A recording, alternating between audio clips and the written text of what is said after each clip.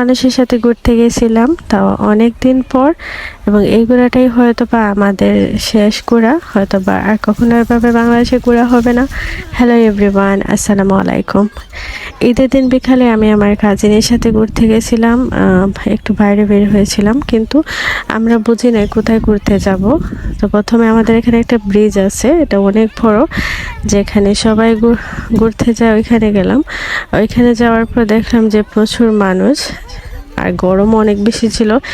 এই জন্য আমরা ওইখান থেকে চলে যাই। এর নিচে একটা পার্ক ছিল, সেই পার্ক তো ঈদের দিন ছিল, তো অনেক মানুষই ঘুরতে বেরিয়েছে, আর এই জন্য গাড়িরও অনেক সংকট ছিল। আমরা বুদ্ধি করে গাড়িটাকে রেখে দিয়েছিলাম 2-3 ঘন্টার জন্য। তার জন্য গাড়িটা আমাদের কাছ থেকে অনেক টাকা নিয়েছে। তো এই তো পার্কে ঢুকলাম। পার্কে ঢোকার পর দেখলাম অনেক সুন্দর পার্ক, যদিও আমরা বাইরে দেখতে এতটা সুন্দরভাবে চিন্তা করি নাই। আর আমাদের টাউনে এটাই অনেক সুন্দর একটা পার্ক ছিল।